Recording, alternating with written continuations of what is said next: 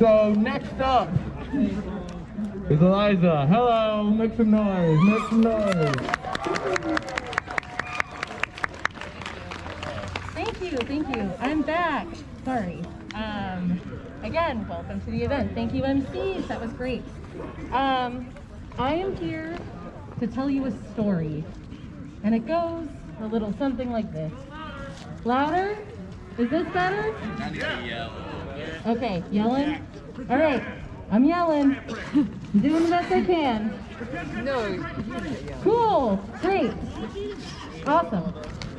I have a story to tell you, and it goes a little something like this. There were 3 Cheerios at the bottom of the box. Ted, Dan, and Sam.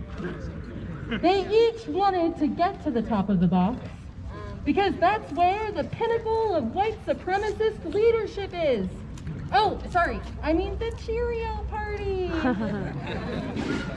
Ted wanted to go it alone since he can't do teamwork. One day, he tried to scale the Cheerio box wall, but kept failing. He implemented his brilliant, most effective solution for every issue that comes his way. He put up yard signs that all said, "At least I climbed Mount Everest."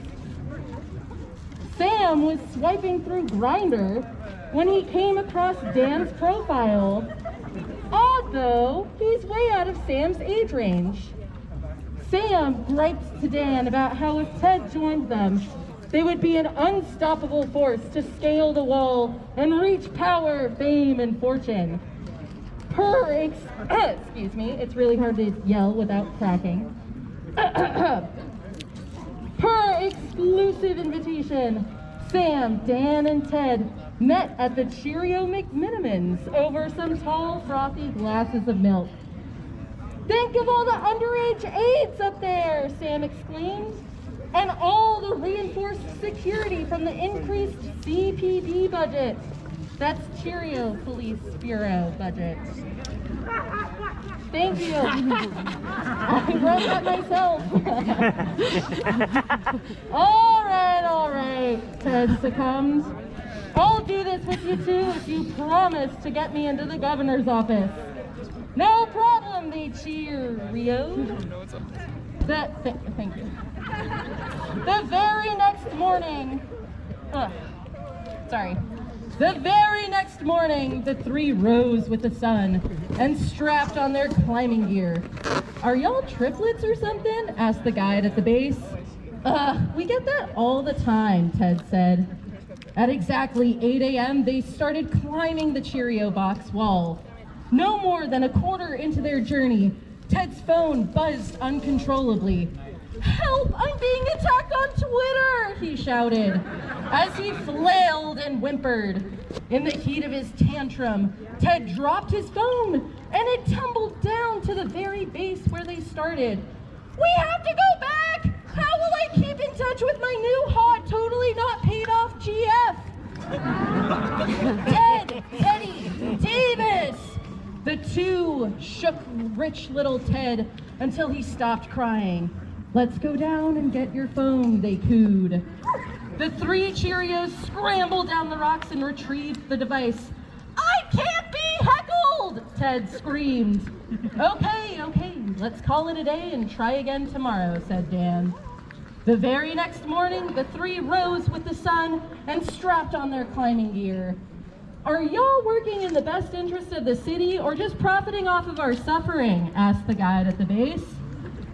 We get that all the time," said Ted. At exactly 8 a.m., they started climbing the Cheerio box wall. They were climbing and climbing, reaching almost a halfway point when a troll appeared. Oh no. "I am the great Antifa. Answer my questions 3, or property destruction will plague thee. Step forward, Cheerio with first names doubled." Dan Ryan nervously approached the troll. "Yes," he shook. "Were you elected fairly?" "Yes, I even got the majority," looking at Ted. Do you keep your campaign promises? Yes. Wrong. You are banished from this climbing route and must start over. Yeah, woohoo. And in a poof, the 3 Cheerios were transported back to the base where they first started. The very next morning, they rose with the sun and strapped on their climbing gear. Are y'all endangering every Portlander by continuing your political careers and instead should use your exorbitant amounts of wealth to give land back, fund non-police emergency systems, and ensure we get permanent roofs over all of our heads? Asked the guide at the base. Thank you. We get that all the time, said Ted.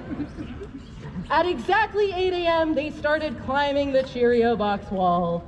As the 3 Cheerios scaled the cardboardy terrain, Ted assured the other two, no other obstacles would get in the way.